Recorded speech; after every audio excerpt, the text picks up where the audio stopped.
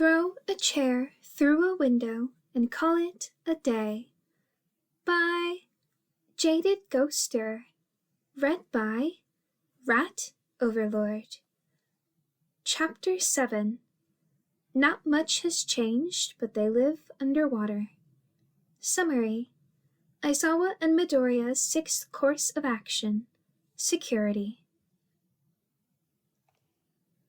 It was a rare occurrence for Shota to have nothing to do.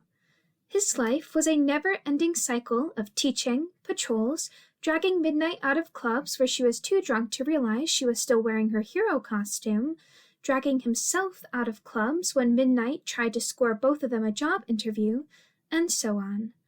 And through it all, he dealt with it by consuming copious amounts of black coffee, silently cursing out Vlad's existence and logical ruses. He also dealt with it by carrying the small idea with him that every second he spent teaching was one less hero trainee that would die in the field. Not that he would ever say it out loud, or even to himself. But here he is, a cup of coffee on one side of him, and one of the only people that could carry out logical ruses on the other, and he had nothing to use them to get through. No paperwork, no assignments, no nothing. He was actually free for once, and he had no idea what to do about it. Should he just be grateful and sleep for the rest of the day? Should he spend the next 6 hours trying to give Vlad a heart attack? Who knows? Certainly not Shota. But in all honesty, he should have seen this coming. It was like the perfect storm if you considered free time a storm. After counseling sessions last week, most of the kids were pretty at ease, and they already had the whole weekend to think things over. Vlad was covering for all of his graded assignments. His patrol hours were cut down due to his new employment position, and most of the issues he and Midoriya wrote down had either been solved along the way or are unable to be done at the current moment. Like his extremely elaborate revenge plan on multiple people. So yeah, that's what brings him to now. Bored as hell and apparently wishing he had something to do. God, what is wrong with him? Probably a lot of things, but he'll save the crisis for later. Right now, he wants to forget his non-existent sleep schedule and be busy again. Looking away from his mug of coffee, he spun in his chair to face the kid, the same kid who immediately looked up from his notebook that now had All Might stickers on it, as if he sensed his teacher's thoughts like a dog senses a tsunami. Problem child. The underground hero began. Status report on anything you can think of at this school. Most would find that question horribly general and overwhelming, but this is Midoriya we're talking about. Overwhelming isn't a word that fits his vocabulary. Right! The green-haired boy flipped to a page in his notebook, and Shota had long since learned not to question why the kid already had the exact information needed at the ready. Snipe-sensei and Midnight-sensei appear to have gone on an actual date last Friday. Shota feels like a matchmaker. Mike-sensei keeps throwing overly enthusiastic thumbs up at Shinso, who doesn't seem to know why. Yes, Hisashi has been a sort of enigma lately. The blonde man asked him a question about fostering a teenager, then immediately backtracked, not bringing it up since. It was weird, to say the least. Kachan keeps looking at me like he thinks I won't notice, and he's obviously failing, but the point is that I also don't know why, and I'm starting to think I should stare back to see how he reacts. Minetta's parents tried to file a lawsuit, but All Might just smiled at them and they backed off. Shinso invited me to get coffee after school, so that's awesome. Huh? I just don't know why he asked me while we were hanging upside down from the ceiling vent. Midoriya pressed his pencil to his chin in thought, and Shota's question fell on deaf ears. I don't want to take away his new strategic mode of transportation, but I find it concerning how he was able to access them so easily. I would sum it up to the stealth training he started doing ever since he learned he would be transferring to the hero course next semester. but I don't recall teaching him how to break open ventilation systems. The erasure hero paused, and then very quietly muttered, But if he's leaving any traces of evidence behind, maybe I should... The green-eyed boy continued with his report as if his teacher's comment wasn't shocking in the slightest, and Shota guessed it wouldn't be to anyone who's been in his presence for longer than 10 minutes. Hell, even Hawks didn't flinch the last time he mentioned throttling the Hero Commission. If he didn't know any better, he'd say the red-winged man might actually have agreed if the nod was anything to go by. But anyway... Because if that vent was easy enough to break into from inside or outside, who even knows how many others are exactly the same? This might even apply to outside training grounds, the basement, or one of the many gates. So, at some point, there should really be another routine check from the mechanics of UA. Midoriya finished. Yeah, why hasn't there been one, actually? Shota would have assumed that after last year's security breach, this school would have upped the ante by now. The underground hero straightened up from his previously slouched position, furrowing his eyebrows at the sudden realization as he burned holes into his computer screen. You know, maybe this was the reason his eyes burned so much. I have a feeling you keep random records of UA's history in that notebook. So... Shota started, and the kid nodded, to absolutely no one's surprise. When was the last time anyone checked on security details besides just the heroes inside the school? He asked, but the tired man had a feeling that he already knew the answer. An answer he wasn't going to enjoy. The forest green eye scanned the contents of a page until suddenly all movement ceased. Oh, June. June of last year. It's January. Yeah, he most definitely did not enjoy that answer. Well, that's concerning. And it was. Way more than he expected it to be. Quickly, Shota pulled up the blueprints of UA on Nezu's computer, once again wincing as the bright blue light stung into his eyes. Nezu's security cameras cover quite a lot of space in UA. All the entrances and exits, the classrooms and hallways, even the smallest corner of a training ground. Unfortunately, there will always be blind spots that he can't reach. But that's normal. The underground hero squinted at his screen. What isn't normal is that those blind spots just so happen to be right next to some basement cellar doors, windows, pillars by the front gates, vents, honestly good for Shinso, and security keypads. Why the hell are there no cameras there? There's one by the coffee machine because Nezu doesn't trust that Shota won't steal their entire supply. He would, but that's not important right now. But all of that distrust completely disappears when it comes to guarding doors? If that's just the physical blind spots, his student mumbled, then what about the online ones? When was the last time UA had an IT guy take a look at their servers? He doesn't even want to know. Well, it looks like we know what we're doing today. Did they, though? The only thought Shota could process in his brain right now was... Security bad. Fix security. No limits. Just fix it. And if that wasn't confusing enough, why does his inner voice talk like a depressed cookie monster? Mechanics and tech guys won't be able to come on such short notice, even for a hero school. And I'd like to get it done today before Nezu can question my tactics. So we have to wait... Wait, huh? We'll be doing their job? Shota couldn't provide an answer to the boy when he himself wasn't even sure. Yes and no. Mostly no.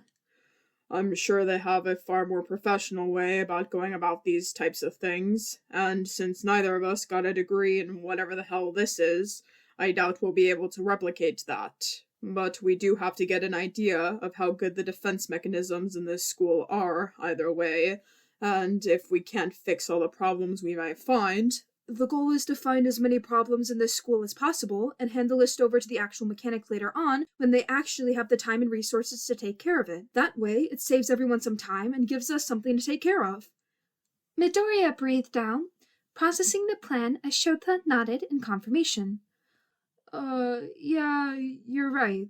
This doesn't sound professional at all, and there's a good chance that this is going to backfire horribly. However, there's a greater chance of this being effective. Just one question, though. How do we know which areas to check? UA is quite a big place. The areas I listed earlier that have no security cameras near them should be the main spots to test out, but I'd suggest also giving an evaluation to the visible areas. There's nothing sneakier than villains going in through plain sight. There's nothing more embarrassing, too. Main things to check off would be online firewalls, durability, and any of the defense mechanisms Nezu might have implemented without our knowledge. The lack of security is alarming, but we can't forget that Nezu is one of the smartest living beings alive. It'd be stupid to underestimate him. It'd be deadly, too, as Shota had learned during his first year at UA when his classmate got called to the rat's office and came back looking like a soldier with PTSD. But what about the way we're actually going to test all of those requirements? The green-haired kid asked, curiosity in his eyes quickly morphing into anxiety as he saw his teacher's stoic face melt into that familiar, sadistic grin. No one could blame him, and Shota wanted to feel bad. He really did, but this was just too good of an opportunity to pass up. He'd been repressing his pettiness and spite against this school for quite a long time, and this gives him the perfect way to let it all out in the most spectacular way possible. Plus, it's a good learning experience for the kid. Or at least that's what he's going to tell himself and everyone else when they question the excessive amount of cackling and property damage. Nothing a few highly destructive quirks, support items, and hacking skills can't solve. A quiet rumbling sound came from his throat as barely noticeable evil laughs sprouted out. But his villain origin story was shut down just as quickly when his bright-eyed secretary spoke up, a pitying expression on his face as he twirled the mechanical pencil around his fingers. I'm completely on board. As expected. And I think May will be too. Also expected. But I think it's that exact fact which will have Powerloader Sensei vandalizing every piece of property you own. Maybe even Cementos too. No, you're absolutely right. I will have to expect multiple assassination attempts after today. Keyword being attempts. No offense, but Powerloader's costume wasn't exactly built for stealth. He doubts the man would be able to escape his notice long enough to leave a scratch on him, let alone slit his throat. But it's a risk I'm willing to take. Desperate times call for desperate measures, after all. So should I give him a small heads up, or just let him watch it all go down with no condolences? Shota raised his eyebrows. He definitely underestimated the changes that went down during his short time as principal. For starters, the underground hero thinks he actually laughed, and that's jarring enough in itself. As for Midoriya, he's a lot more sadistic now than he was last Monday. Not that the tired man is complaining, though. A kid with a mind as analytical as that, paired with a mercilessly brutal personality, opened up a whole new world of possibilities. Granted, most of those possibilities were not exactly what Japan would call, All Might level plus ultra. Actually, it might be considered a Nezu level national security threat, but whatever. For once in Shota's pitiful life, he should focus on the positives. No condolences. It's far more fun that way. And besides... Brilliant scarlet sparks crackled to life in the edges of his irises. That'll show Majima not to mess with my fucking sleeping bag. The chill breeze swept around the earth, haphazardly ruffling Isuku's green hair as he clutched the small computer in his hands. Aizawa-sensei was by his side at the foot of Yue's towering gates, only way less anxious about the whole situation.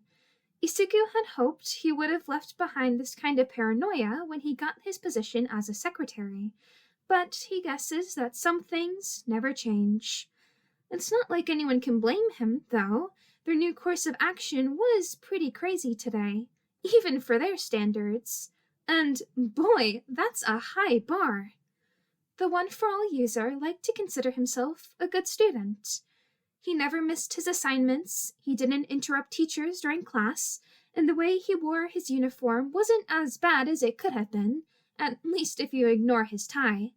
So, from an outside perspective, the staff would have no reason to have a vendetta against him. However, if they see him causing thousands of dollars worth of property damage on the #1 hero school, that would most definitely change. He's positive.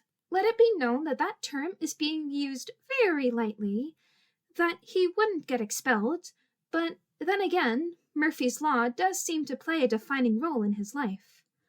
Aizawa-sensei also has a very low chance of getting fired for this stunt, given all that he's done for the school and his years of experience, but even if he did, Isuku doesn't think that would be much of a problem. Sure, everyone would miss him. His teachers would cry, his class would cry, Isuku would probably drown everyone in his self-made river, but the underground hero himself would probably be celebrating. Think about it. More sleep, no more problem children to take care of, no more scary mouse bosses watching his every move, and no more Vlad King. And although the forest-eyed boy is glad that this is purely hypothetical, the man being happy about termination would be the most logical conclusion. Oh my god, since when did he start saying logical? Hello students, Shinso, problem child. I'm sure you're wondering why you're all here today, and I can tell you with 100% certainty that it is none of your business. Of course. I hope that it was a good enough motivation to put your all into today's special project. But if not, I'll let the person who does their job the best today adopt Vlad King's dog. Isuku would laugh, but laughing would make the others think that his teacher was just being snarky, which he most definitely was not. And the others seemed to have realized it too, as they immediately perked up at the concept of getting a fluffy new friend, completely ignoring the fact that it would be a stolen animal. It's fine though. Isuku and Aizawa-sensei chose to ignore quite a lot of pain and suffering when it came to Vlad-sensei. The green-haired boy's ears managed to pick up the faint sound of snapping fingers, and, as if it was a reflex, immediately whipped out his notebook and flipped to the page he'd written for today. When did Aizawa-sensei start snapping? When did Isuku take that as a sign to start rambling? He doesn't remember, but he's sure as hell not going to stop now. Besides, he'd be lying if he said he didn't enjoy getting the chance to fully explain his thoughts to others more. Most people completely ignored him when he started muttering, but ever since last week, people had started to listen to what he had to say. And that hadn't even changed after Midoriya told the man he used to be quirkless. Maybe it was because it was related to their jobs, or because Aizawa-sensei intimidated them enough to keep them from tuning out, but Isuku couldn't care less. It was a new experience and something that he wouldn't take for granted, especially on the last full day of secretarying that he had left. After this, he'd never get another chance. The elaborate but thought-out plans, the speeches, the slight emotional manipulation, the planning of Vlad-sensei's downfall that Isuku still didn't fully understand, and last but never least, the snapping. All of it would end, and it'd never happen again. Isuku blinked hard, plastering a slightly strained smile on his face before reading out the explanation for today's plan. He chose to ignore the burning sensation of someone's eyes on him. Hello everyone, welcome to the annual security check. He did jazz hands once again, getting absolutely nothing in response except for more scared glances. Oh no, is this how President Mike-sensei feels during the entrance exam? Isuku really should have said yeah with him. Today we'll be testing out some of UA's defense mechanisms and making sure that everything is up to date, locking down what's A-OK and what still needs improvements. There's going to be 3 stages in this process, none of which have a catchy acronym, so please don't attack me for that. Online breach, stealth mode, and physical destruction. Don't worry about the last one though, it'll be close to harmless. Isuku flipped the page and continued, ignoring Kachan's disbelieving look at his last comment, and broke all the students into groups of 3. And, by God, he suddenly understands why Aizawa-sensei hates being a teacher. There were no major problems involved when he invited Mei to his own personal group because despite the differences in their personalities, they both have one thing in common: the raging insanity that comes with analyzing hero support items.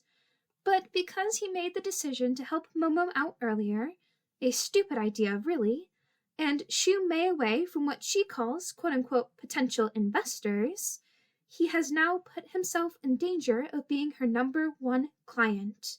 And don't get him wrong, he knows his pink-haired friend has the potential to be one of the greatest in her line of work, but that doesn't mean he wants to get blown to pieces before he graduates. Although, according to All Might, there was a chance he could have blown himself up before he even got here. And yeah, he's gonna think about that for the rest of his life. The stealth mode group wasn't too bad, by Isuku's standards, but the moment he called on Shinso, Setsuna, Kurohiro, Shoji, and Jiro, the Black Parade just started playing. Why did Aizawa-sensei nod his head in respect? He didn't know. But that didn't stop the green-haired boy from giving a few comforting pats to Tokoyami's back when he shed a single tear. The same couldn't be said for Hagakure, though, as judging by the sleeves of her blazer, she tried to make Jay sell distress signs at Oshiro before realizing that no one else could see it because of her invisibility. It was a sad sight. The physical destruction group, on the other hand, was, well, destructive. Kaminari gave finger guns and nodded his head. Bakugo tried to blow up said head, but with a split second of hesitation? Is Isuku hallucinating, or has the world just turned upside down? And Kirishima's too good for this world, having jumped right into the trajectory of the explosion as he shielded the electric blonde with tears in his eyes. It was admirable, but once again sad, as Kaminari had already run off the moment that he saw Kachan's hands moving in his direction. A wise choice, really. Then finally, after recruiting Kendo, Uraraka, Momo, Oshiro, and Monoma, he shut his notebook with a slap. Well, now that's done. The green-haired boy's eyes glowed with barely concealed excitement, missing the way his teacher smirked and his classmates shivered at the sudden change in atmosphere. Let's get the show on the road!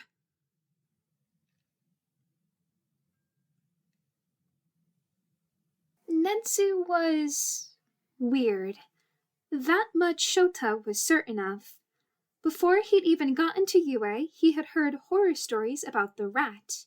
He was well aware of the creature's blatant contempt for humans, his habit of psychologically tormenting his students, and the awfully messy way that he'd drink his tea. But still, not a single one of those legends could ever have prepared him for the moment when he finally met the pesky chimera after being called into his office on the first day of his hero course transfer. He wasn't surprised at being called in, really. It was more or less expected, because why wouldn't he be? After all, that's how it had been for every other school he'd ever attended. They'd ring him in, give him some poorly disguised threats about what would happen if he got a single detention at this school, and kick him right back out as if nothing had ever happened at all. It wasn't like he'd done anything to warrant that kind of warning, but he guesses his quirk was enough reasoning for them. So yeah, he wasn't surprised to meet the principal on the first day. What was surprising, however, was when the sadistic rodent poured him a cup of Earl Grey tea, slid a plate of lavender shortbread cookies over to him, and asked, but more or less demanded, that he become his personal student and attend meetings every Tuesday and Thursday. It was, as he'd said, weird. The black-haired man's not gonna lie.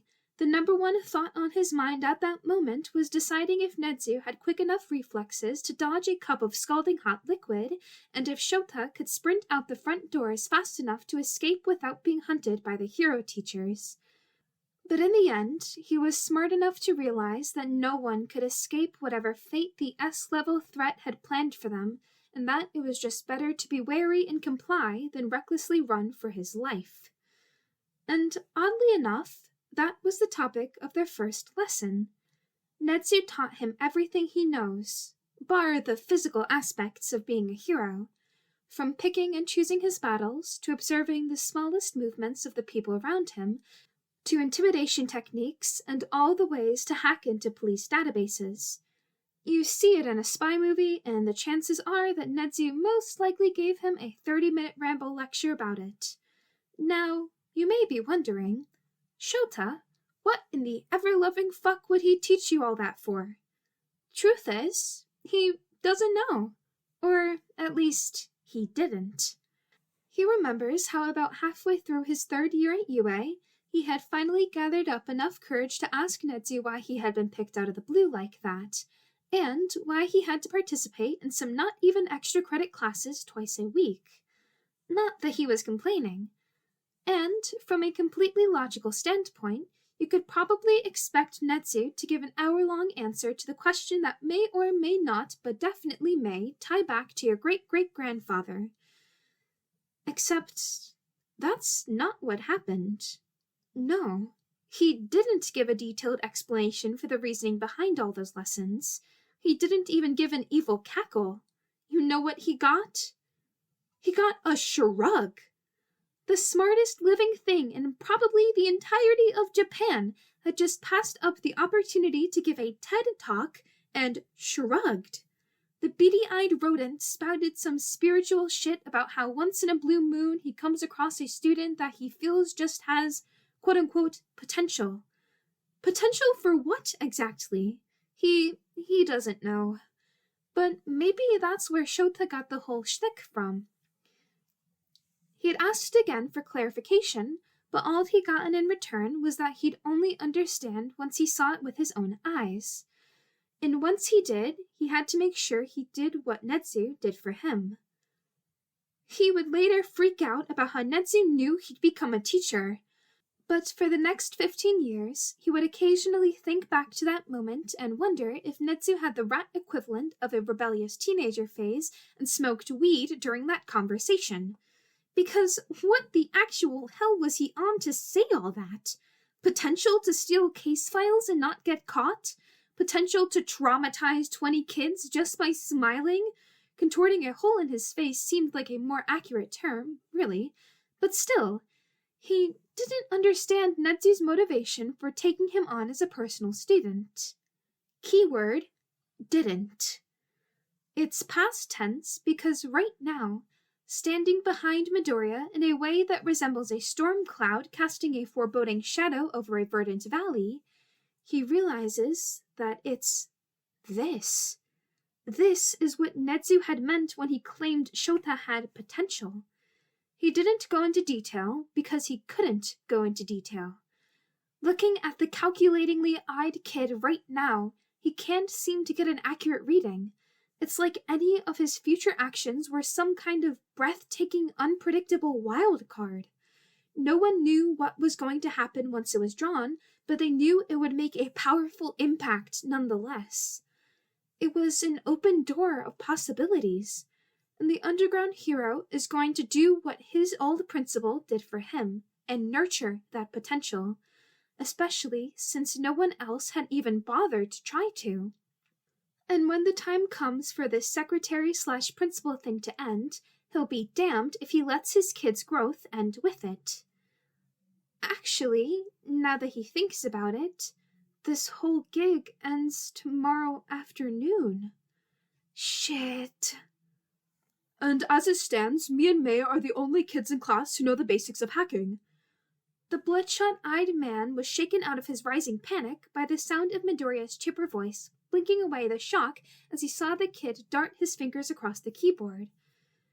God, he was talking about nurturing the talent, but here he is watching the world around him as if it's some sort of movie. But since she's way more advanced than me at the moment, she's going to be handling breaking into the staff's computer servers to get a hold of student and teacher files. I've made sure she won't read them. Not that she would, but her possibly being able to access them would already be a huge problem, and since I'm just a beginner at this, I figured I should work on the security cameras. All cameras in the student dorms, classrooms, and offices are good to go, so all that's left are the training grounds and the teacher's dorm. Oh my god! What is it?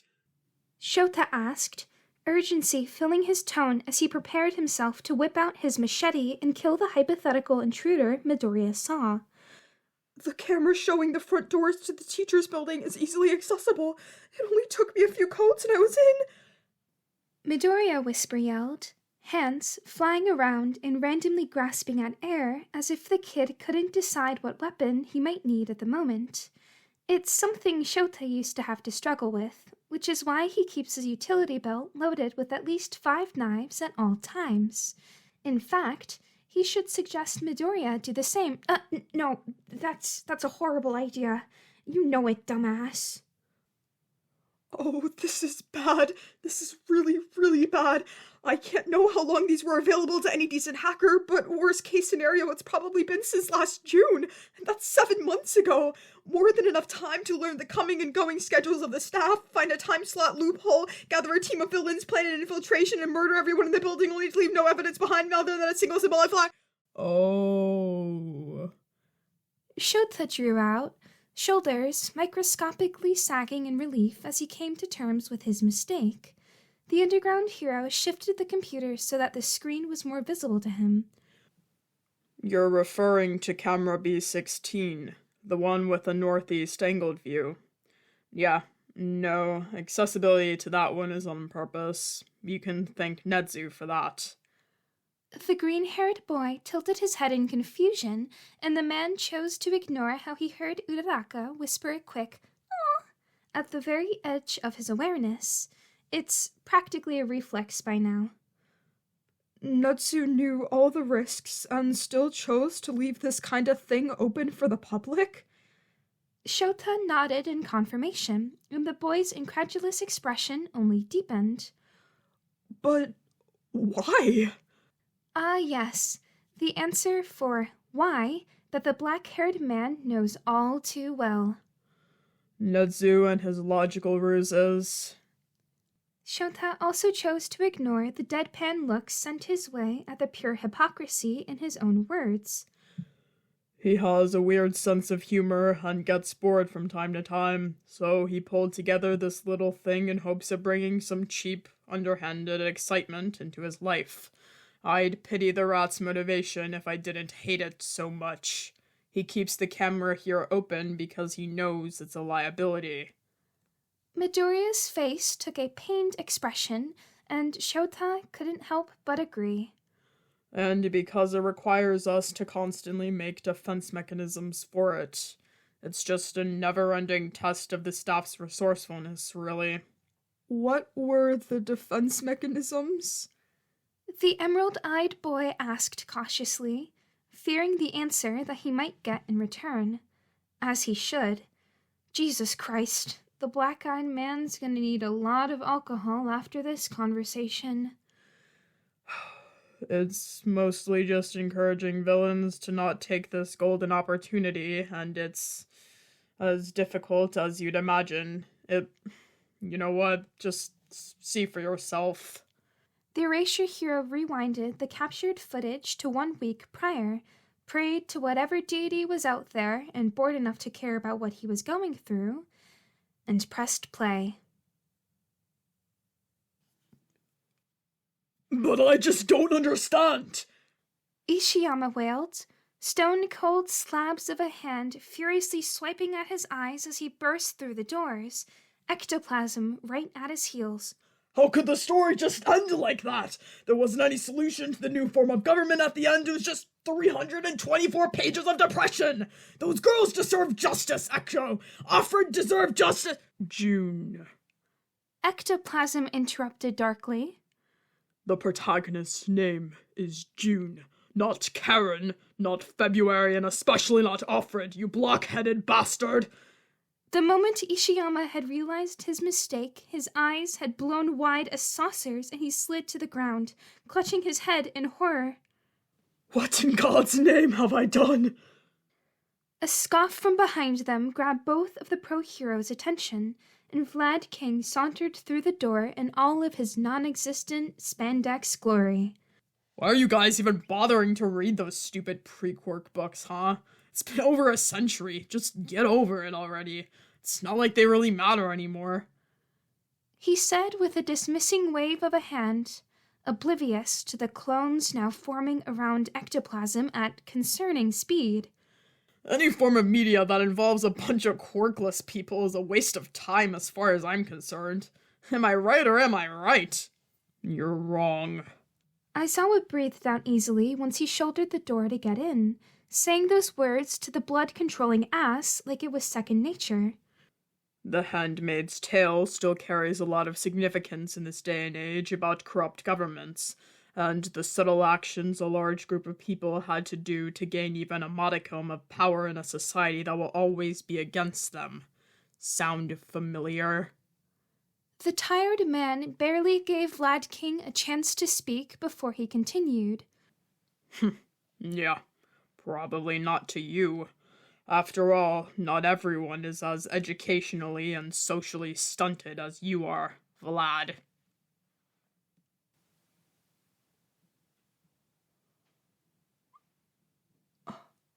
Wow. Huh. The freckled boy breathed out as he finished the clip, disbelief coating the syllable. What kind of lunatic doesn't see the importance of Margaret Atwood's novel? Exactly. Lunatics like Khan, apparently. But basically the whole point of having these interactions near the cameras was so that villains would be fended off by the sheer annoyingness and chaos, or too intimidated and think better of their half-baked plans. Whoa! Midoriya drawled out in a squeaky voice with a wince. I can see how a villain may be annoyed at the prospect of heroes bantering instead of taking him seriously, but this alone doesn't seem like it would be intimidating enough to put a stop to them. Understandable, but the kid was so distracted by the conversation that he didn't realize the clip was still playing. The erasure hero nodded his head towards the screen, and the kid followed the unspoken directions with narrowed eyes, resuming his watching. 10 of Ectoplasm's clones had their hands intertwined with each other as they slowly walked in a circle together, bodies betraying absolutely no emotion and making it impossible to determine who was the real one. At the very center of the rotating circle was Vlad, arms clutched around both his knees in a fetal position as he rocked back and forth on the floor, sobbing. Blessed be the fruit. The clones chanted in a monotone voice. Blessed be the fruit. Blessed be the fruit. Blessed be the fruit. That's intimidating. His student muttered loud enough for Shota to hear, but mostly to himself. And Shota couldn't even judge him for it. The moment Ectoplasm's clones grasped each other's hands, he got the hell out of Dodge. He had already known what was going to happen because it had happened to Nemuri before when she had dared to question the accuracy of Greek myths in Percy Jackson. It was disturbing, to say the least, and he wished he had alcohol at that moment.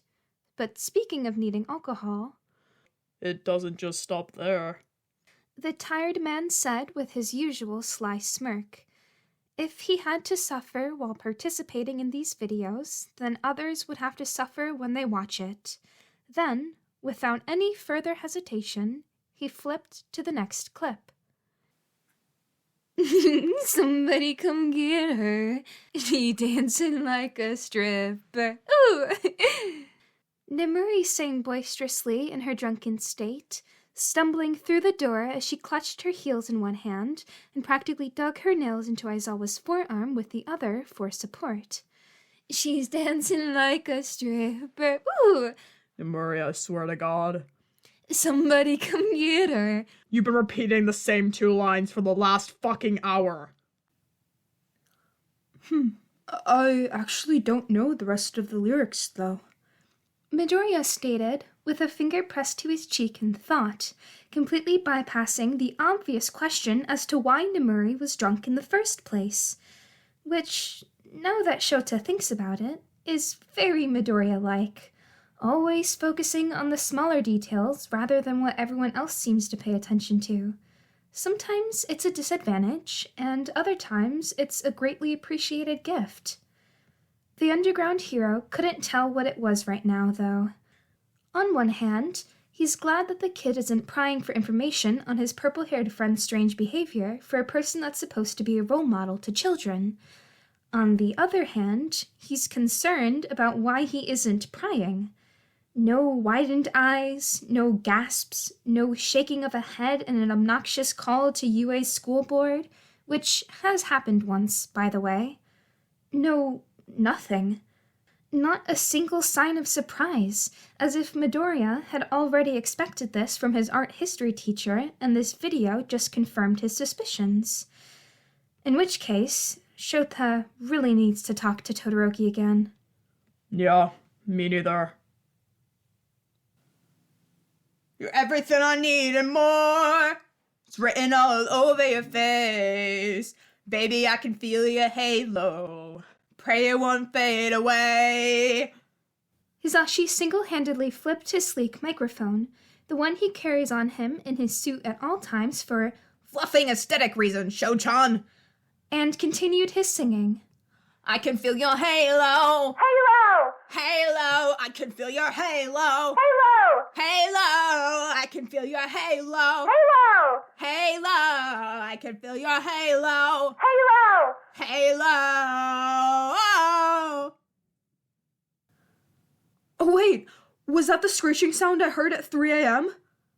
Why in the hell was this kid awake at 3 in the morning? Shota would be a hypocrite to judge, but he's not the one who still has a developing brain. No, this is the scream that shattered all the windows in the building at 2:55. The one you're referring to is the one that Mike made 5 minutes later after I found the windows and started chasing him with a steak knife. Oh, okay. The boy proceeded to scribble something down in his notebook, and Shota would gladly never question what it was. Hey, Aizawa. Powerloader started, jogging up to the doors as he flipped through the pages of his old UA yearbook. I always assumed you never went to a barber shop and just grew out your hair, but its length in your 3rd year was only a few inches shorter than it is now, and I don't think it's humanly possible for your hair to grow that slow over the course of 10 years. So, have you actually gone to a salon before? In which case, I'd have to reevaluate everything I thought I knew about you. Or did you go all Mulan on your asses and just slice and dice that shit with a knife? Powerloader flinched back as soon as he lifted his head and took in the sight before him. I don't ever want to know what the hell the context for this is, but just to be clear, did you murder someone?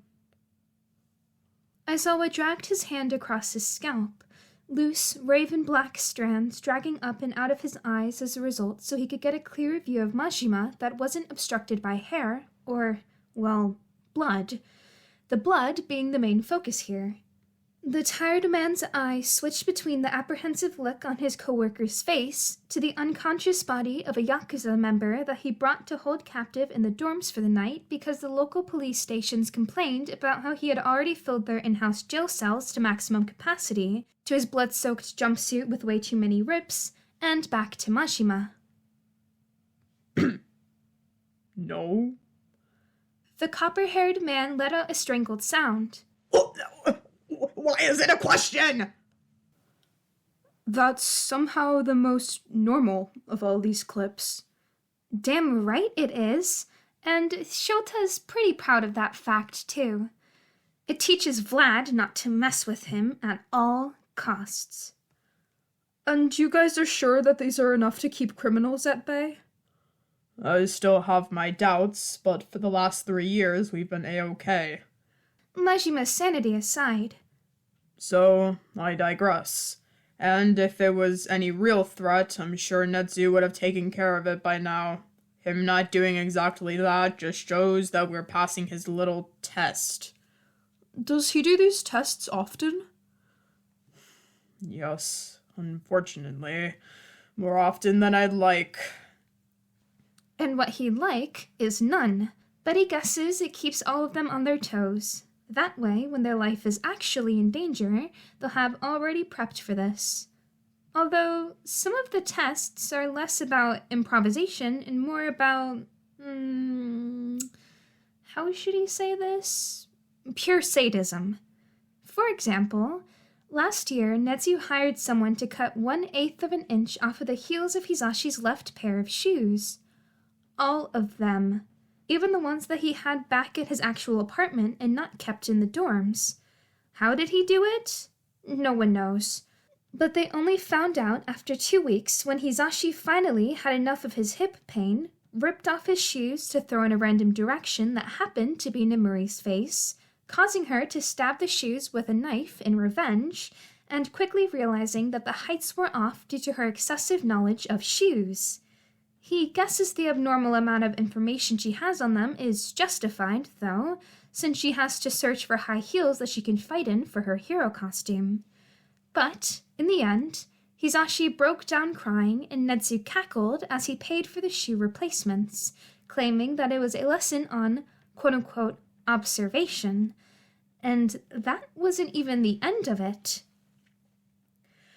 5 months later, the staff had been walking in the same hallway at the same time when all of a sudden the speakers crackled to life and Nezu's chipper voice broke through to inform them that a round of "the floor is lava" would be happening to them for the rest of the day. Shota was just about to stick a middle finger at the security camera and keep walking when Nezu had then said, as if he knew the underground hero would brush his first announcement aside, that the winner could force the losers to do all of their paperwork. It was chaos. Nemuri bitch-slapped Cementos so hard that he fell off the cafeteria table and flopped onto the floor, where his purple-haired friend then used him as a stepping stool to keep moving.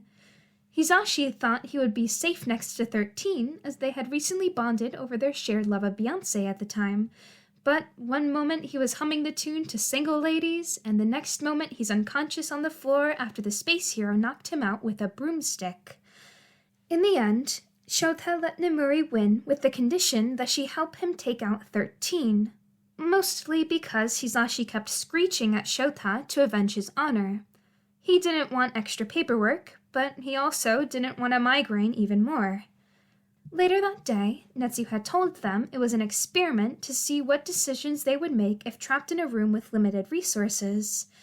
And wasn't that a terrifying thought? So yeah, Nezu gave a lot of tests, and the tired man wouldn't even be surprised if there were actually more than he had been made aware of, or if there was one in action at the very moment. How many sexual jokes Nemuri made in one day could be a test. The increasing complexity of Cementos and Ectoplasm's secret handshake could be a test. Hell, the creativity of Aizawa's insults to Vlad could be a test too, and one that he hopes he's acing. So really, anything could be a test. Maybe even this temporary position as principal was one too. Wait, come again? Excuse you, brain, you can't just say that and then leave. Well, that's unfortunate. Has any of the staff ever tried testing him instead? The Erasure Hero's eyes shot wide open at the kid's words.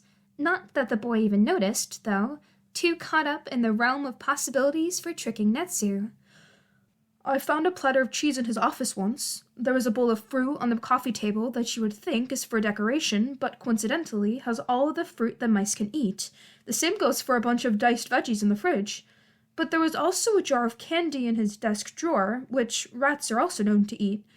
So all of you could just leave a little food around the school, steal some of his things that he's forced to turn to those, and, I don't know, maybe invest in some unusually large cardboard cutouts of cats, or just bring Officer Sansa.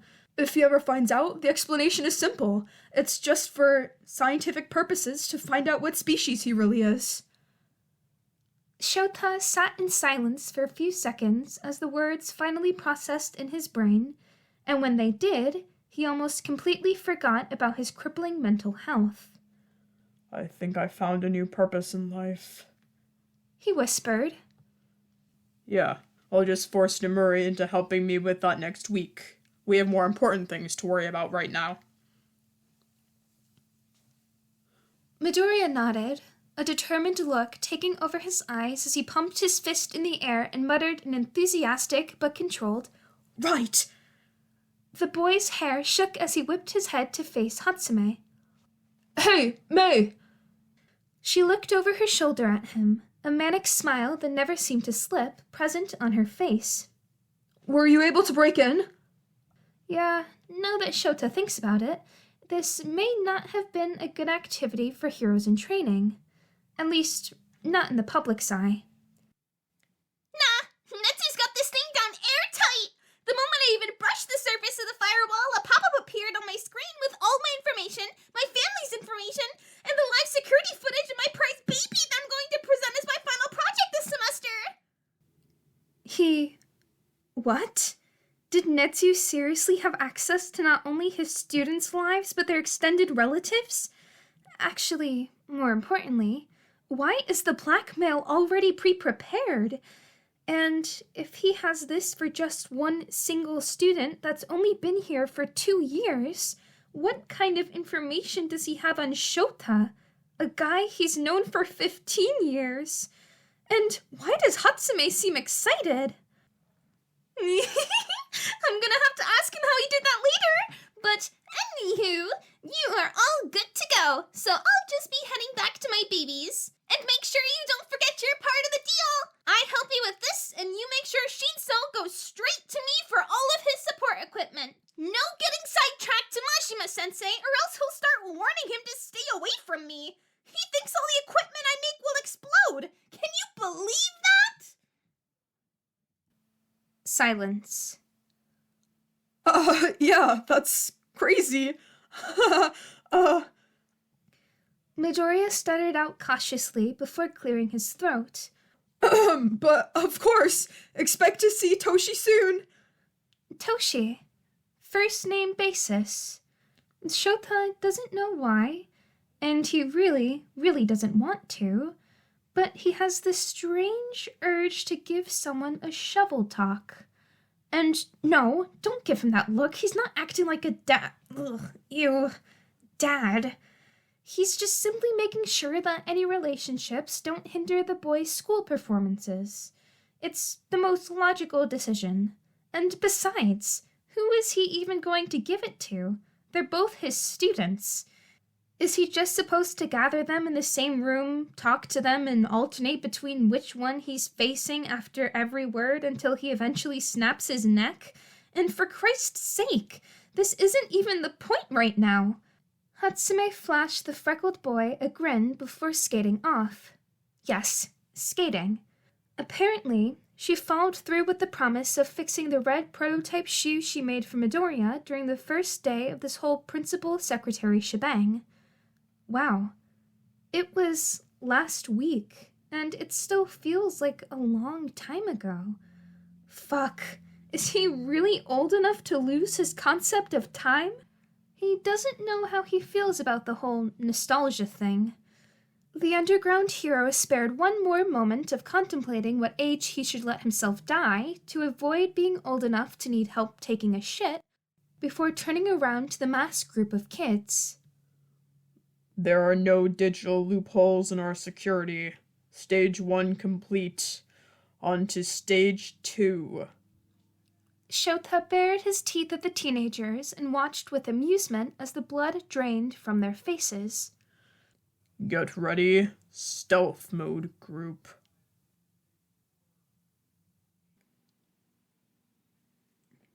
I don't know about you, Mito, but I don't really plan on getting expelled today. Shinso's bored voice rang out through the earpiece, echoing around the metal walls of the vents. The vents he'd entered with surprising ease, by the way. It's not like it was completely unexpected of him, as Isuku had a theory that he'd been using it as a transportation system way before he invited the boy to coffee, but it was impressive nonetheless. So impressive that Aizawa-sensei had immediately said he needed to lock that skill down. So crazily impressive that it's now the most significant aspect of the stealth group's plan. I don't think we even can get expelled, Toshi. Usually Aizawa-sensei is the one to handle those things, and right now... The green-haired boy looked over his shoulder to see his teacher silently laughing to himself with a grin that promised pain and destruction as he stared at Yue's windows. He seems pretty satisfied with how things are going. Touché. Shinso chuckled out before grunting a bit at how he had to contort his body to turn the corner. But how can we be sure that he's not the only guy with expulsion privileges around here? Why not, I don't know, Mike-sensei? Isuku turned away from his teacher to give a "really" look on his computer screen, even though he knew his lilac-eyed friend couldn't see it. The same screen that was currently displaying everything Shinso was seeing through his new glasses, courtesy of Hatsume Industries, as he's been instructed to say whenever any potential investors are within a 6-foot radius. Does Mike-sensei really strike you as the type of person to expel an entire class of first years? He had to give Kaminari and Kirishima detention a few weeks ago because they made a game out of how fast they could repeatedly slap each other's faces in, and I think he almost cried. He cares too much. Not that it was a bad thing. It's just that his last English teacher wasn't exactly picture perfect, given that he once told Isuku to be like Juliet and realized when their only shot at living their dream is dead. It's nice having a teacher that would correct him on his occasional pronunciation slip-ups without calling it out in front of the whole class. If anything... He's like a dad. Shinso snorted. Oh, please. By those standards, it would only make sense if Aizawa-sensei wasn't given expulsion privileges either, given how much of a dad he is. Pardon? Isuku coughed, practically started dry heaving at his friend's words. It took a few more seconds of clearing his throat, of gulping down the contents of his water bottle, before he was able to speak to a very amused Shinso. What? You seriously hadn't noticed? The guy dotes over your whole class, and me too, by extension. It's kind of ironic when you think about it. The most goth of all the teachers is also the only one who memorizes your midnight snacking preferences. Isuku's face heated up all the way from his neck to the tips of his ears, pale skin flushing a rosy red in embarrassment as he tried to push down the memory of him scavenging around the kitchen at 1 a.m. only to find a jar of his favorite peanut butter and apple slices snack in a place that everyone knows was his unofficial fridge section.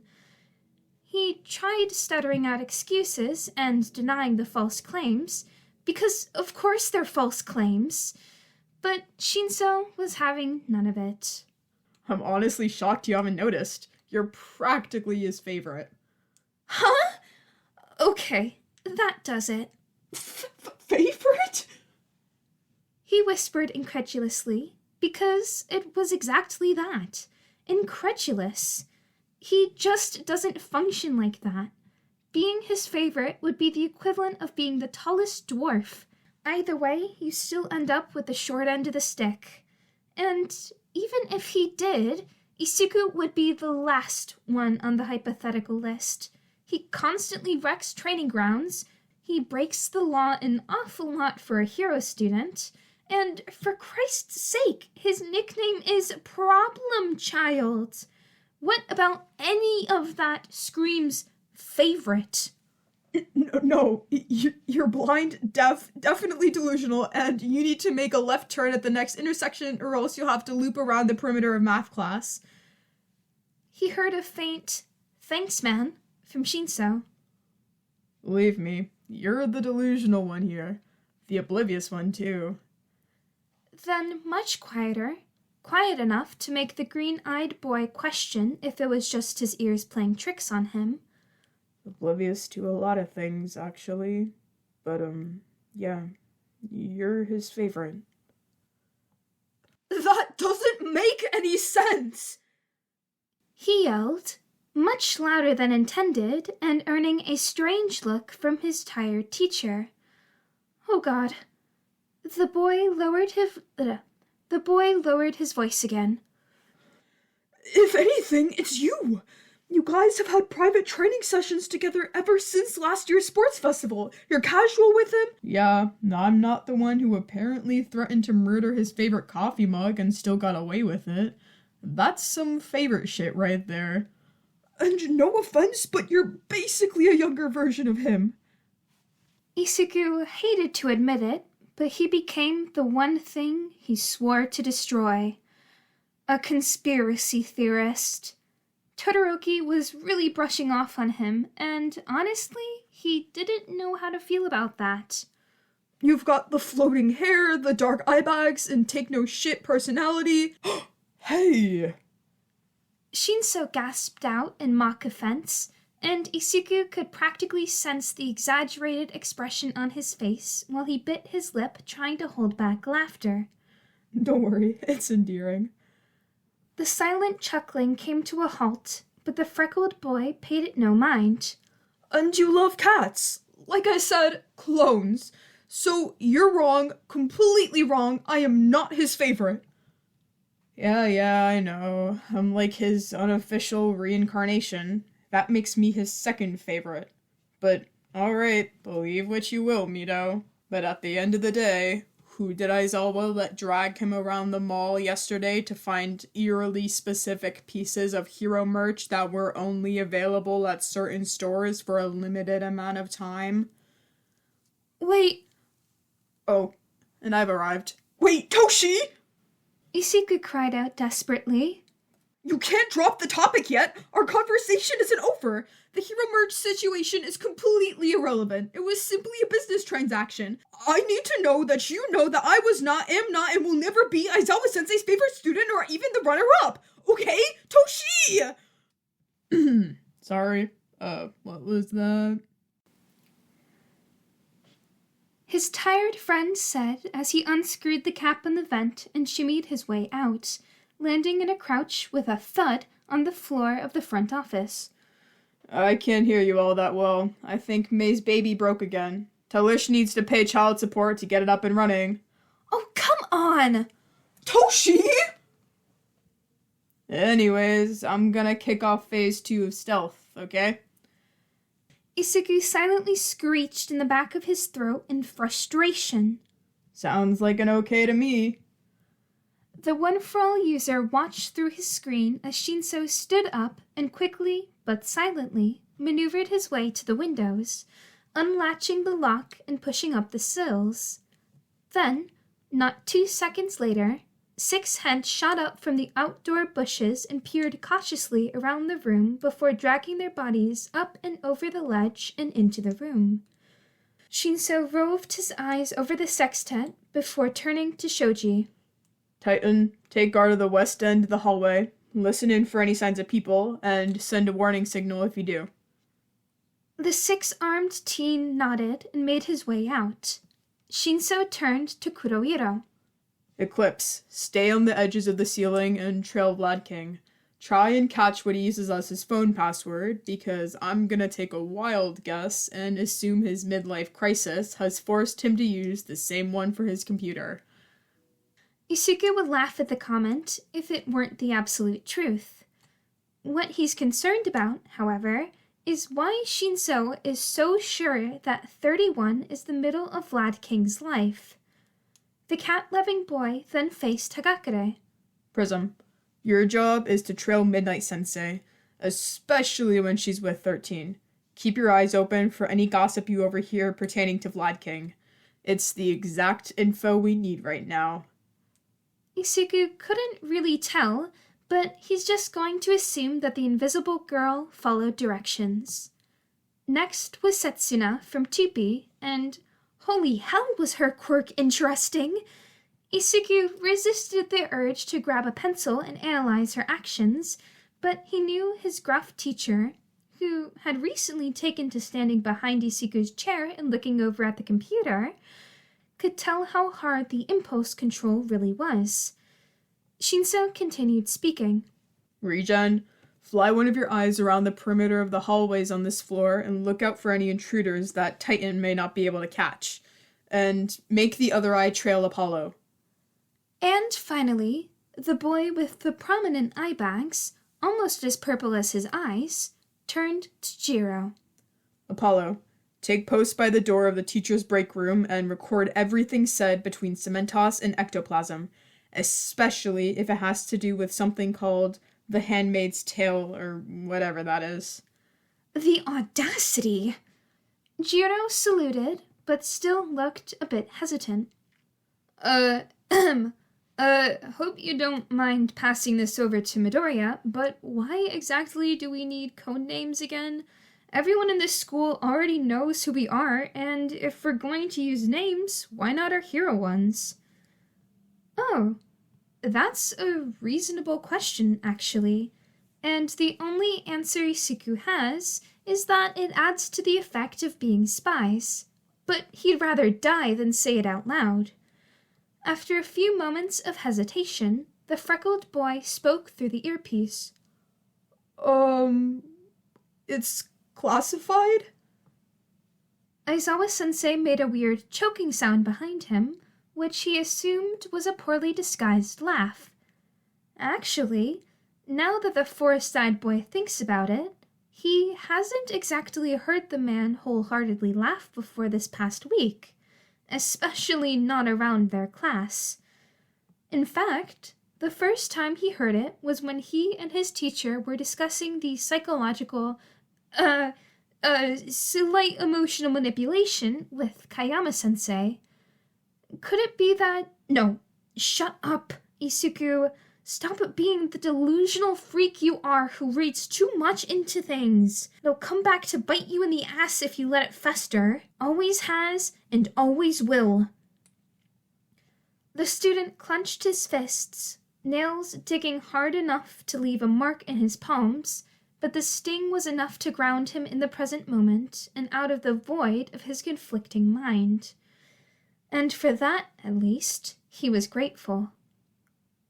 Okay, you've been saying that a lot this past week, and I just want to know if it's because you legitimately don't want anyone to know, or if it's actually classified and someone could end up in the hospital if the wrong people found out. Because honestly, Jiro gave a chuckle that sounded more concerned than amused. Both would make sense, and I wouldn't even bat an eye, so... Anyways, Toshi? Isuku cleared his throat as Jiro silently shook her head and made her way out the door with one of Setsuna's eyeballs on her heels, almost missing the way his teacher's fingers twitched at the nickname. How odd. Or should I say static? Eclipse sent a message with the password for you to plug in, 0422, so try it out and see if it works. As Shinso's camera showed his fingers flying across the keyboard of Vlad's PC, Isuku couldn't help but press his hands to his chin and furrow his eyebrows. I wonder if it has any significance. Sure does. Aizawa-sensei piped in, turning to give Isuku a solemn look. April 22nd. Huh? What happened on April 22nd? It's not a holiday, as far as he's aware. It's not one of the many fake birthdays his teacher has been using to get a free coffee, even though he had more than enough money to pay for it. It's not the anniversary of anyone's death. Oh. It was the anniversary of someone's death. Vlad King's. Isugu still remembers the horrified look on his face as he barely dodged being bludgeoned by a metal chair that went flying out the window. It was like one of those dramatic slow-motion scenes that you see in action movies so often. Isugu shivered at the memory as Aizawa-sensei continued once he saw the realization dawn on the smaller boy. He must have made it his password because he knew he would never forget it.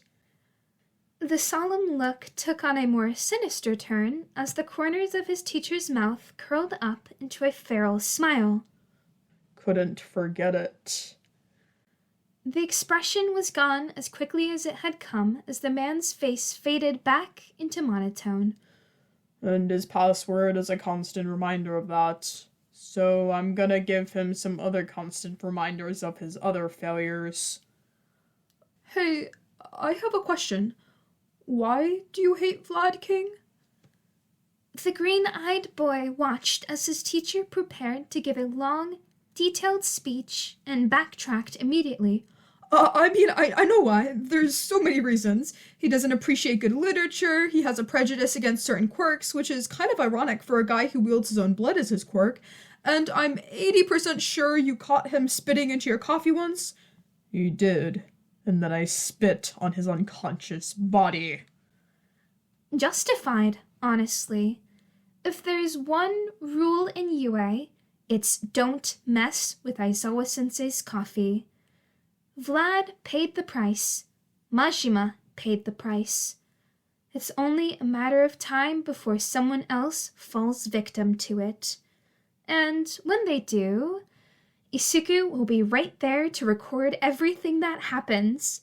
If his secretary position is going to end tomorrow, then he's going to milk the hell out of it until then. And if that requires him to bend his morals a bit, then so be it. He's got most of Aizawa-sensei's intimidation techniques written down by now, but revenge is a completely different story. So far, all he's got is be petty, drink coffee. And while that's really all you need to get the full sadistic Eraserhead vibe, he would still like some more details. It's purely for scientific purposes, of course, because there's no way he'd use them in real life. Totally. No way. The freckled boy nodded his head way too enthusiastically for a person thinking about revenge mere milliseconds ago. But what started the whole revenge thing? His teacher thought for a second before replying. Jody Picoult once said, "When you begin a journey of revenge, you dig 2 graves, one for your enemy and one for yourself." Then on that dreary autumn morning, as the leaves lifted from the ground, twisted through the wind in ribbons of red, orange, and brown, and carried the whispers of unrequited love, I knew that... I don't know where I was going with this, but I do know that I don't have the time to recite that whole goddamn essay. That's probably for the best. The green-haired boy was just about to ask for a break to go get some popcorn because the whole unrequited love sounded like an interesting story. Talk about a thickening plot. He said he likes dogs better than cats 10 years ago on a morning I was already feeling horrible on, and here we are. It went from a difference of pet preferences to trying to murder each other? Isugu asked incredulously. He knows he really shouldn't be surprised at this point, but even this was a little shocking. Well, when the guy is already somebody that you're trying and failing to silently tolerate, it makes all their worst traits just stick out more, like his tights or the weird color scheme he has for his costume. His teacher explained wisely. The thought of noticing someone's worst traits more and more over time made Isugu wonder if he had ever been that way with Kachan. Once they turned 5 and their friendship was effectively over, it was coincidentally the same time he started to really get into his analysis notebooks. He wasn't lying to Aizawa-sensei when he gave his reason for analyzing the people around him so much, working against their quirks and personalities and the like. But there was a chance that he may have accidentally left out some minor details. For example, the majority of the info he had written down for his explosive classmate was about his quirk and fighting style. But after the hot summer morning when the blonde exploded the last few dollars his mother gave him that he was going to use for some water, he may have also made several comments on why the baggy style he wore his pants in would prevent him from ever reaching the top 5 in hero popularity polls based off the appearance of the past heroes in the last 10 years, as well as how the weird posture he has while walking will eventually lead to chronic back pain in the next 30 years, how the scent of burnt caramel that constantly floated around him attracted quite a lot of bugs, and also the fact that he exercises his arms more than his legs, and that his explosion flying technique is the only thing allowing him to move at high speeds, since it would significantly decrease had he really used his legs, and that his kicks would do less damage than his punches or explosions. As he said, the little things, not too out of the ordinary. Oh, who is he kidding? That's messed up, and he'll never speak a word of it out loud. But Isuku had never really been annoyed at him for it, at least not in the way his tired teacher was annoyed at Vlad King. Maybe it was because he wasn't the one doing the ignoring. He was the one chasing after the spiky-haired blonde, caramel aroma and all, and that must have meant that he liked all those little details, right? Not that Kachan was exactly ignoring him either, no matter how much he tried to make it seem like he was, since he was always in his presence one way or another. Sitting next to him, standing next to him, staring at him even before Isuku had turned to acknowledge him, things like that. It was strange, but it's also not the point right now. He guesses, in a way, he's the complete opposite of Aizawa-sensei, while simultaneously being a carbon copy. Instead of pointing out all the bad traits of Kachan whenever his explosive personality took a more brutal turn, usually aimed directly at him, he chose to find solace in the traits that he admired. Maybe it was a way of reminding himself that, no, his classmate wasn't the bad guy, he wasn't the villain, because no one is ever 100% on either side of the moral spectrum. Isugu thought the slouched posture and the baggy pants were proof that Kachan wouldn't ever change himself just to fit into everyone else's ideal version of a goody-two-shoes hero. He thought the slight errors in an effective workout routine showed that, although Kachan might be incredibly powerful, everyone has their weak points. That maybe one day they could help turn each other's weaknesses into strengths, together. And as for the caramel scent, well, he didn't have much of an explanation for why he liked it. Maybe because it showed how even an incredibly dangerous quirk, one that left starburst burns and flaming hot blisters on his skin, one that would summon the ringing in his ears and the dancing dark green patterns in his vision, you can always find something beautiful. Something that comforts your beaten and bloody body when no one else will, when nothing else can. The warm hugs of an absent father and the midnight whispers of encouragement of an overwhelmed and exhausted mother. And because of all of these silver linings, he guessed that they were the main things preventing him from ever developing a serious grudge against Kachan. Isugu wished that he could have been more like Aizawa-sensei back then. He wished he could have hated him, because maybe then he could have been better, happy. Yeah. The green-haired boy whispered as he was drawn out of his mind and back to the conversation. He knew his teacher was giving him a weird look, and frankly, he deserves it after internally monologuing for a suspicious amount of time, but he didn't address it. Not because he was scared to, no, but because he knew he would talk about it in his next session with Hound Dog. Things are different at UA. He knows that now, and he'll die before he ever forgets it.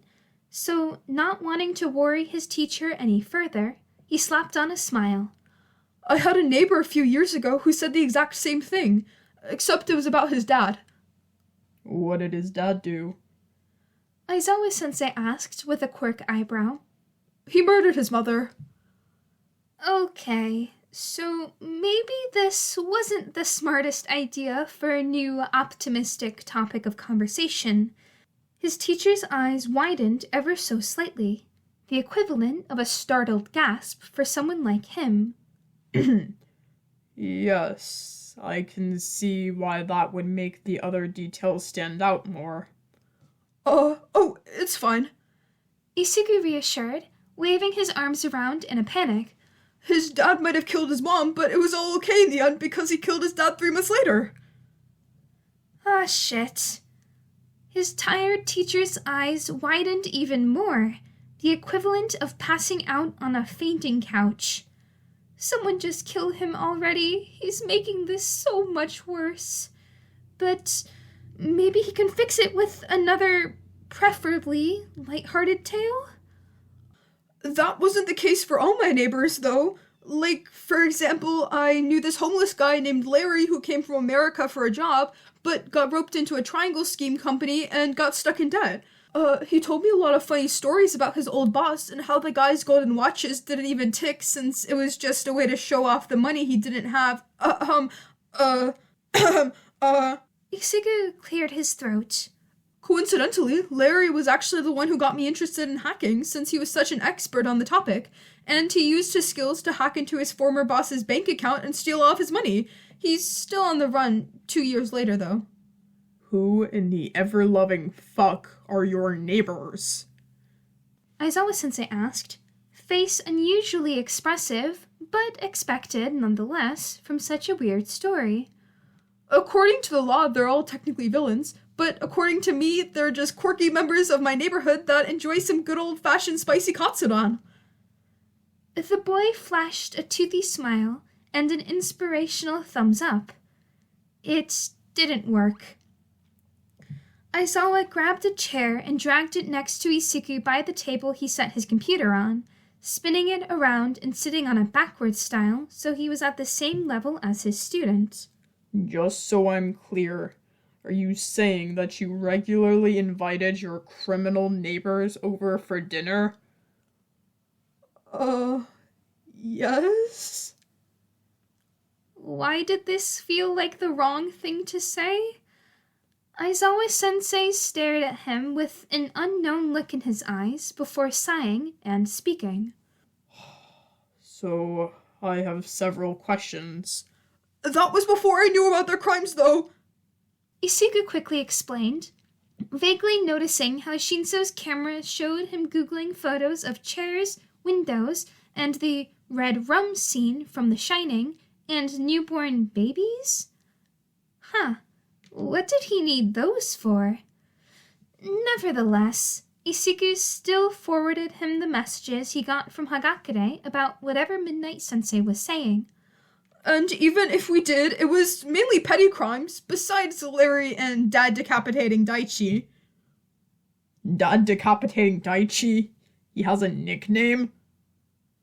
It was an aesthetic choice, really. That's what everyone referred to him as, but his close friends just called him Triple D. He could sense the unspoken question of, were you close friends? But, frankly, he didn't feel like explaining how Daichi taught him how to draw and bought him his first set of colored pencils. And if you ignore the criminal part, they're all pretty nice. Every Halloween, they'd keep our house from getting TP'd, they'd help my mom carry her groceries to the kitchen, they actually helped me with my chemistry homework once. Uncle Akira, the ass-kicking almighty, was especially useful when he had to balance chemical equations. They'd also talk with my dad a lot. Weirdly, it looked more like a business meeting than a Thanksgiving dinner, but it was a nice gathering either way.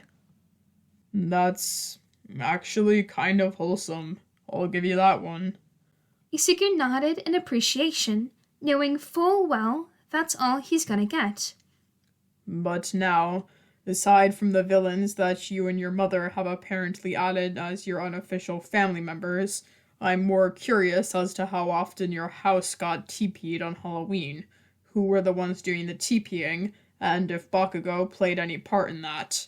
Because if he did, I may have just come up with about 13 more ideas for well-deserved payback. Ew, Mito, cat guy, what am I supposed to add after the 10 photos of Handmaid's Tale cover fan art?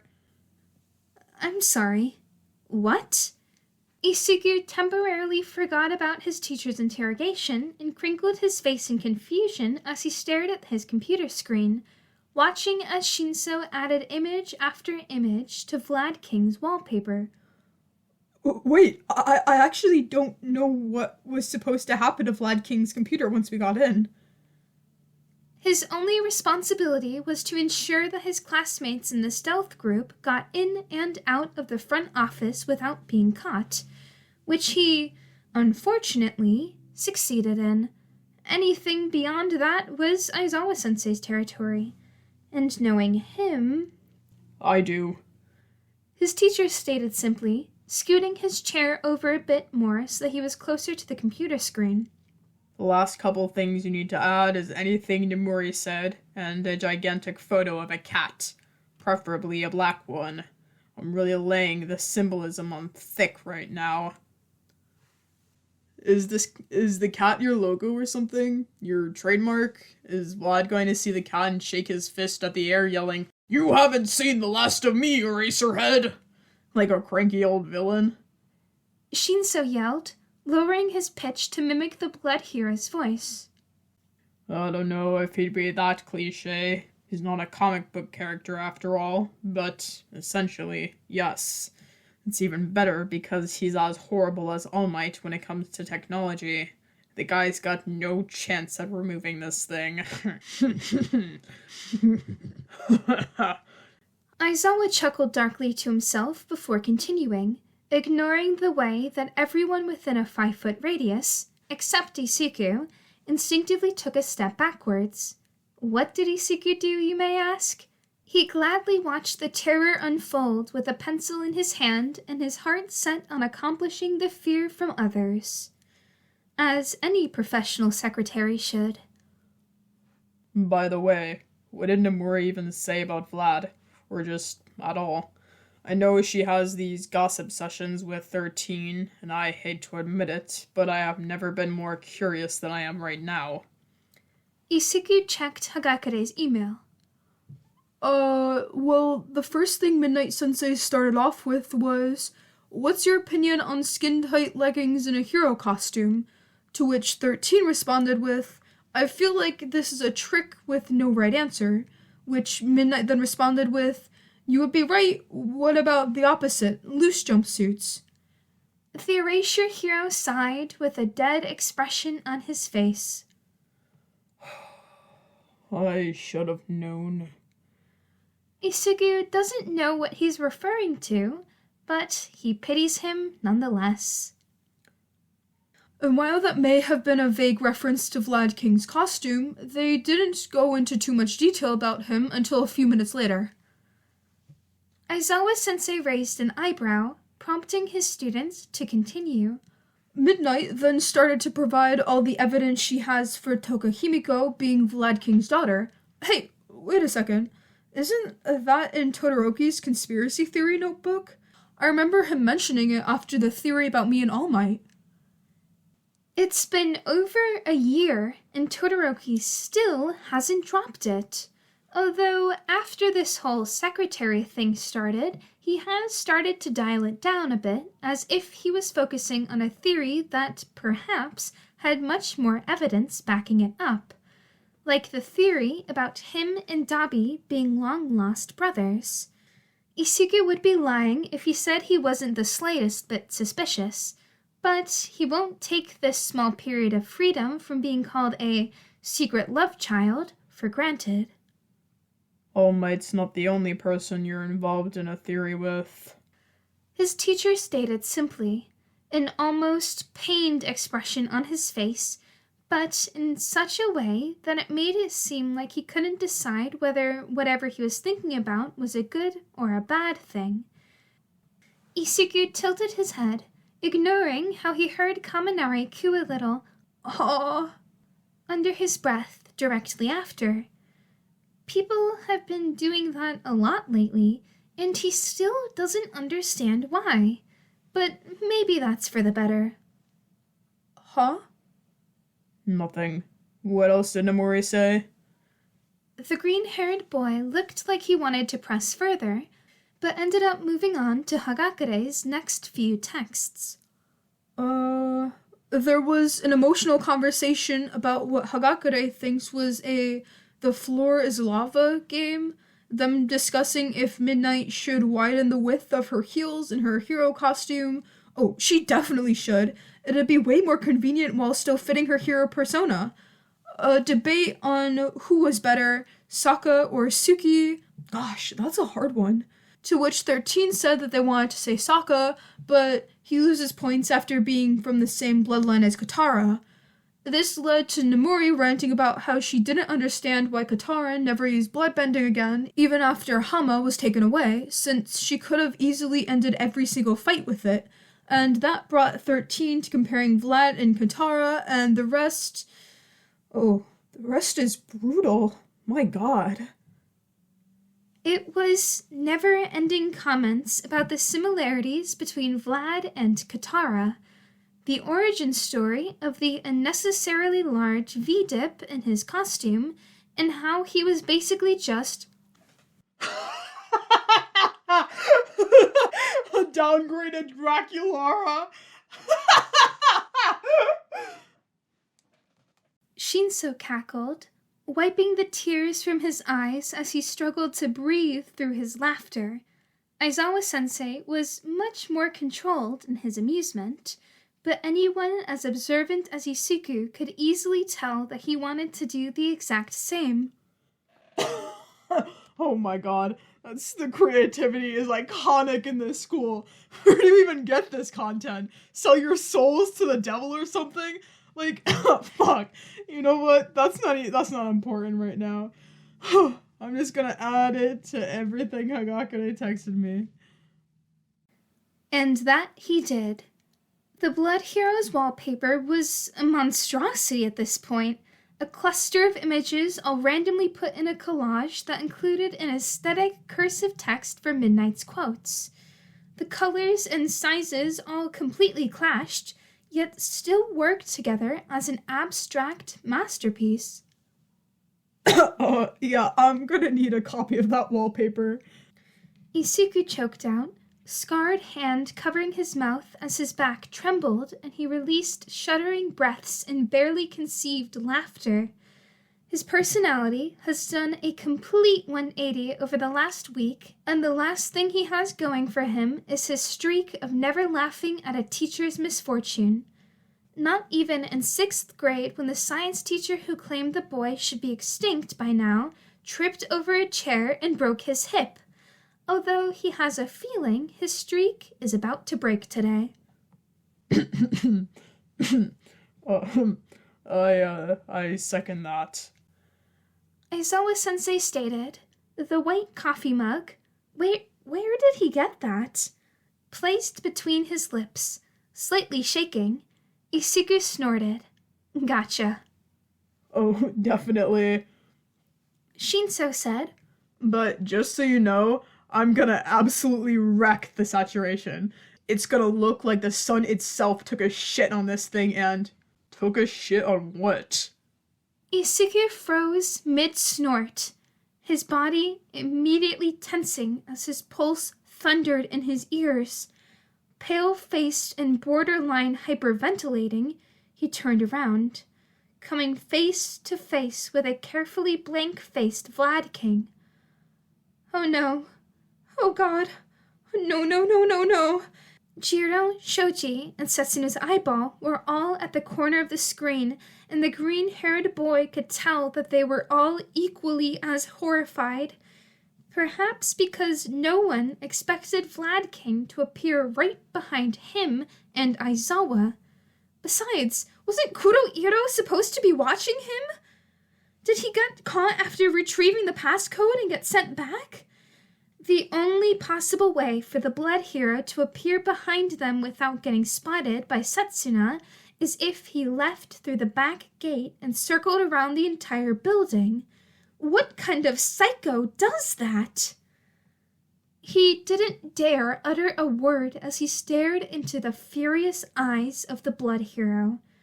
His past experiences with angry teachers all rushing back, and he could tell Shinso was thinking the exact same thing. Instead, he snuck a look at his homeroom teacher, immediately relieved at the usual bored expression on his face. Sure, the slight clenching and unclenching of the man's fist and teeth were proof that he was also shocked, or annoyed, most likely, but it was comforting to know that at least one person had their emotions under control at the moment. Finally, Aizawa spoke up. Took a shit on your poor life choices, Katara. And just like that, Isigu's streak was over.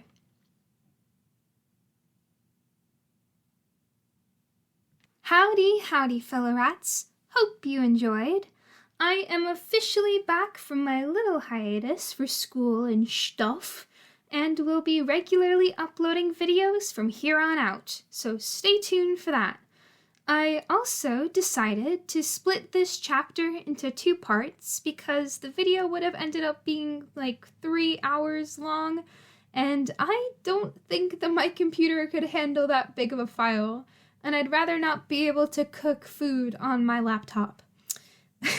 Also, in honor of Mental Health Awareness Month, I have decided that at the end of my videos, I'ma jump scare all of y'all with little affirmations, because I know that everyone can use some affirmations from time to time, regardless of their mental health situation. And with that, here is your regular reminder to go shotgun a water bottle, you dehydrated nerds. And also, to love yourself. I just wanted to say that there are people out there that love and care about you, and even more people that are open and willing to love and care about you how you deserve to be loved and cared about.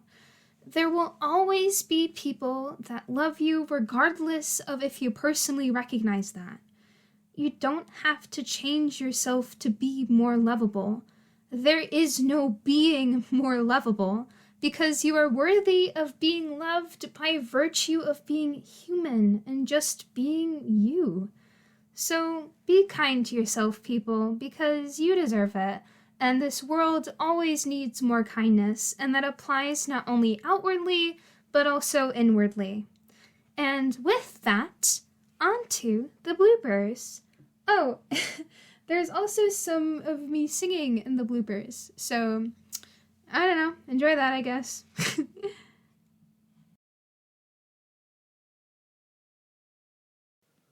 Problem child. Alright, we're saying random shit right now to determine if my mic is properly working or not. Bum-ba-dum. You know what is really entertaining? Not having to listen to Midoriya rattle in my ear. What? That's no. I don't rattle. Yeah, you totally do. All about All Might. You're lucky you have fluffy hair. Pat, pat. You remind me of a cat. No one will ever believe you. Okay. Alright, I think that's a decent enough test. Time to play back the audio and see how loud it is. I don't want to take away his new strategic mode of transportation, but I find it concerning how he was able to access them so easily. I would sum it up to the stuff. Oh my god, I can't read. Well, I guess Aizawa's illiterate. And And if that wasn't confusing enough, why does his inner voice talk like a depressed cookie monster? A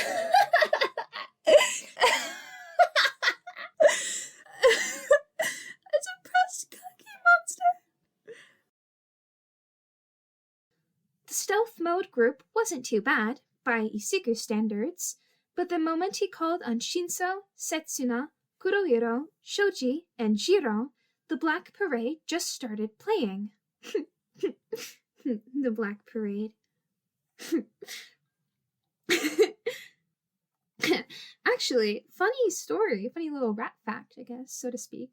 When I was a little kid, my older sisters were hella fucking emo. They were always listening to My Chemical Romance, and little child me in elementary school, for some reason, the Black Parade was like my all-time favorite song, but I never knew what the title was, so I always just called it the Boom song because of the loud boom at the end. So I would like beg my sisters. I'd be like, guys, play the Boom song, whenever I wanted to hear them play it. Yeah. And it wasn't until like later in my life that I finally, when I finally heard the Black Parade again, and I was like, holy shit, the pieces are puzzling. The math is finally mathing. This song is the Boom song. Yeah, it was a major life revelation. Totally life-changing. Yeah. Fun little rat fact. Oh, also, there's this really, really cool YouTube documentary by Wendigoon that goes over the entire album, The Black Parade. And oh my god, it's so good. He does like a full like analysis of the storyline and everything. And oh my god, that's one of my all-time favorite videos. You should totally watch it. Everyone should watch it. I'm peer pressuring all of you. You need to go watch it. It's a requirement now.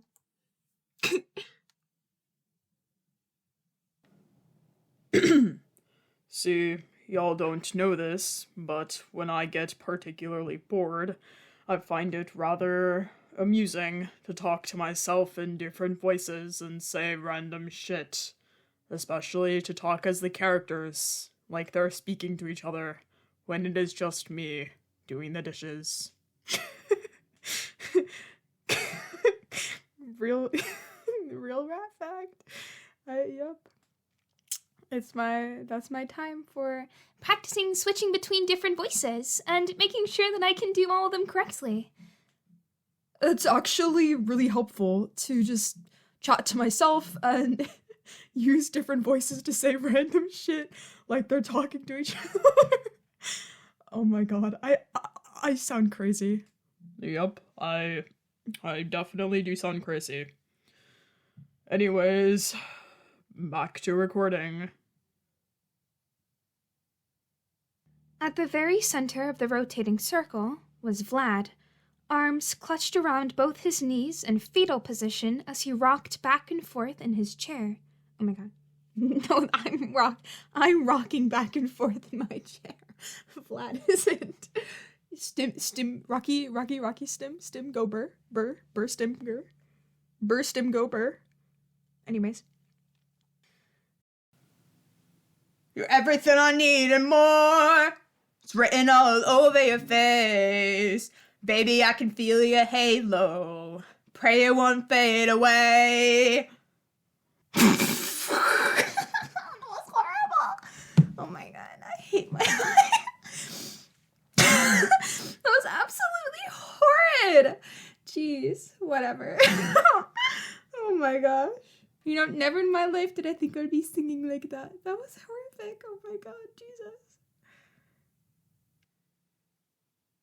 You know what? Fuck it. It's Beyonce karaoke time, boys. I mean, I can't help myself. I love Queen Bee. Ignore me while I rock out for a minute. Remember those walls I built? Baby, they're tumbling down. They didn't even put up a fight. They didn't even make a sound. I found a way to let you in, but I never really had a doubt. Standing in the light of your halo, I got my angel now. It's like I've been awakened. Every rule I had you breaking. It's the risk that I'm taking. I ain't ever gonna shut you out. Everywhere I'm looking now, I'm surrounded by your embrace. Baby, I can see your halo. You know you're my saving grace. You're everything I need and more. It's written all over your face. Baby, I can feel your halo. Pray it won't fade away. I can feel your halo, halo, halo. I can feel your halo, halo, halo. Halo, halo, halo. I can see your halo, halo,